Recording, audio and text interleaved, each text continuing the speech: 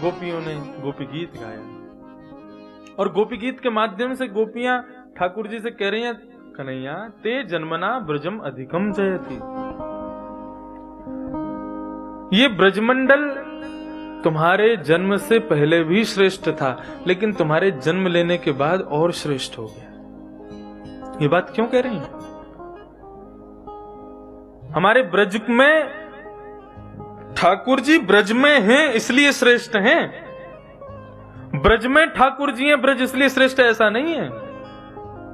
ठाकुर जी ब्रज में बैठे हैं ना, इसलिए ठाकुर जी श्रेष्ठ हैं। कि श्रीनाथ जी के द्वार पर कथा करने का भाव केवल इसीलिए बना, ठाकुर जी आप श्रेष्ठ तो बहुत, सबसे ज्यादा लीलाएं आपने की हमारे ब्रज में, लेकिन आप इतनी दूर जाके काय को बस गए, तो हम तो इसीलिए कथा सुनाने आए ताकि कथा सुन के आपको याद आ जाए और आप वापस ब्रज में आ जाओ। विपिन राज सीमा से बाहर हरिहु को नाही निहार। वृंदावन की प्रणाली कहती है कि ठाकुर जी यदि वृंदावन से बाहर प्रकट हो जाएं, वृंदावन से बाहर बोले तो दिल्ली में यदि बिहारी जी प्रकट हो जाएं, श्री राधा रमन जी साक्षात प्रकट हो जाएं, तो ब्रजवासियों के लिए नियम बना दिया, बोले ठाकुर जी यदि दिल्ली में भी प्रकट हो जाए ना, तो हरिहु को ना ही निहार, बोले उनको देखो ही मत। तो क्या कहो? बोले पहले ब्रज में आओ तब देखेंगे तुमको। ब्रज में ऐसा क्या है जो पूरे विश्व में नहीं है? श्रीमद् भागवत के द्वितीय महात्म्य में यह सिद्ध किया है कि ब्रज स्वयं में ही एक कृष्ण है।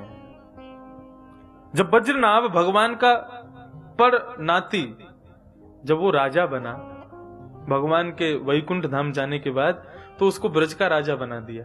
अब वो बोले कि मैं ब्रज में शासन किस पर करूं, क्योंकि ब्रज में कोई है तो है नहीं, क्योंकि ठाकुर जी के जाने के बाद सब चले गए। तब उसको सांडिल्य मुनि ने आकर के ज्ञान प्रदान किया, और वे उससे कहते हैं कि अपनी दृष्टि बदल, कथा सुनाते हैं। कथा सुनाने के बाद जब वो ब्रजमंडल को देखता है तो कण कण कृष्ण का स्वरूप है। बोले ब्रज अपने आप में ही कृष्ण है, ठाकुर जी कभी ब्रज छोड़ के नहीं जाते हैं। हमारे ब्रजमंडल में बड़े बड़े संत पधारते हैं तो अपनी पदत्राण भार छोड़ देते हैं। क्यों? बोले जिस भूमि पर ठाकुर जी ने अपने चरण कमलों में पदत्राण नहीं पहने, हम पहनेंगे वहां पर। लाला गैया चरावे जान लगे पहली बार, तो मैया लाला को पदत्राण पादुका पहना रही, तो ठाकुर जी बोले मैया ये पादुका काहे को पहना रही है? बोले तू गैया चरावे जावे को, कहीं कांटो कंकड़ तेरे पामन में लग गयो तो? भगवान बोले ठीक है, तो हमको पहना दियो, अब हमारी गैया को भी पहना दो। मैया बोली गैया थोड़ी पादुका पहने, तो बोले गैया पादुका ना पहने तो मैं क्यों पहनूं, मैं भी नहीं पहनूंगा। ब्रज को क्या दिया ठाकुर जी ने? अपने अनावृत निरावृत चरण कमल ठाकुर जी ने ब्रज को प्रदान किए, जो पूरे विश्व में कहीं नहीं। द्वारिका चले जाओ, द्वारिका में देखो सोने की जूती पहन के बैठे हैं ठाकुर जी। वैकुंठ में देख लेना, जब जाएंगे कहां बैठे होंगे? शेष शैया पर बैठे होंगे, नीचे पांव धरते ही नहीं है।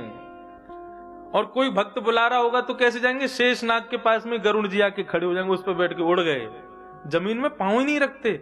एकमात्र ब्रजी ऐसा है जहां पर ठाकुर जी नंगे पांव घूमे।